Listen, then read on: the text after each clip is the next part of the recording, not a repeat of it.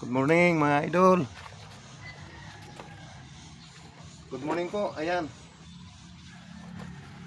Ginawa ko po itong video ito ngayon kasi para malaman talaga ng mga nagko-comment sa akin o yung nanonood ng video ko na talagang ito ang buhay ko. Araw-araw. Halos araw-araw ako naglalaba.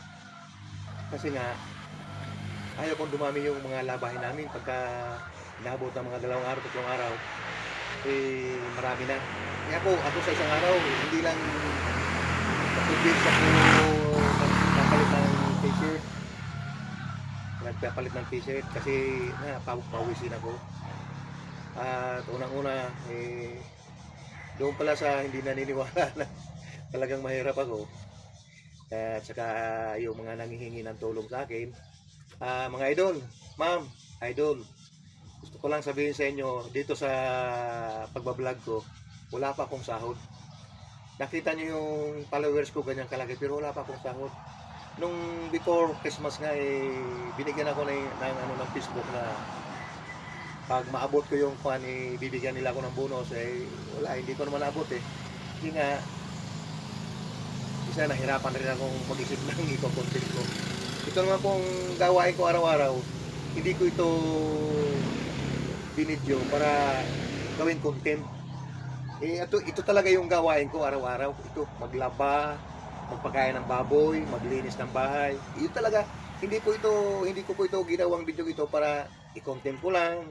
Hindi po. Ito talaga ang gawain ko araw-araw. Ito lang.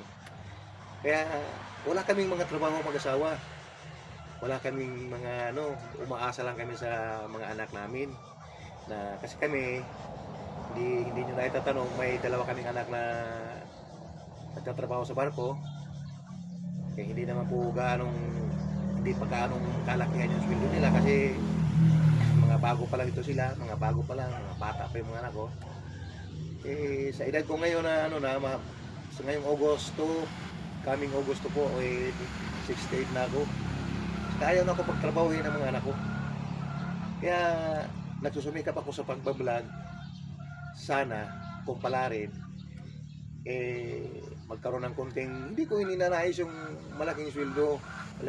Ako marunong din ako tumulong sa mga kapwa na nangangailangan ng tulong. Kaya yung nanghihingi sa akin ng tulong na isang babae at lalaki, sorry po mga idol, sorry ma'am. Ako wala pa akong sweldo dito sa Facebook. Baka akala niyo mayroon akong sweldo. Wala pa akong sweldo dito sa Facebook. Ganun kalaki ang followers ko pero wala pa akong sweldo dito. Kita niyo. Binubuhay lang kami ng mga anak namin. Kami mag-asawa. At sa nagtatanong bakit ako laging naglalaba, yung po kasi yung misis ko may pilay dito, may pilay siya. Pagka naglalabas siya ng mga katulad nito, yung mga kumot, namamaga, bumabalik yung pamamaga.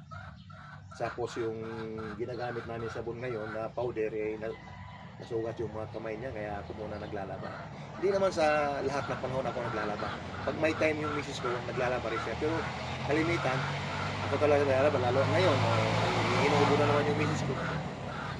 Kaya ako muna siyang pagurin, ako muna maglalaba. Kaya doon po sa hindi naniniwala na mahirap ako, pasensya po kayo, talagang mahirap ako. Ito ang buhay ko. Araw-araw ang galalaba. Pagkatapos magpakain ng baboy, magpakain ng matandang inaalagaan namin kasi ako ang nagpapakain palagi. Dahil nga si Mrs. medyo masama ang pakiramdam. Kung ayaw nyo maniwala na mahirap ako, ito po ang buhay ko. Mr. Labandero. Minsan lang ako magpahinga sa paglalaba, lalo na pagka umulan. Siyempre, hindi matutuyo yung linaban, pahinga muna. Ayan lang po. Maraming pong salamat sa mga panonood niyo ng video ko ito. Hindi na po ako magbibideo sa paglalaba kasi marami na akong video sa paglalaba. Pero ito ready na. May sabon na ako rito sa planggana. Sasabunan ko na po ito. Maraming pong salamat.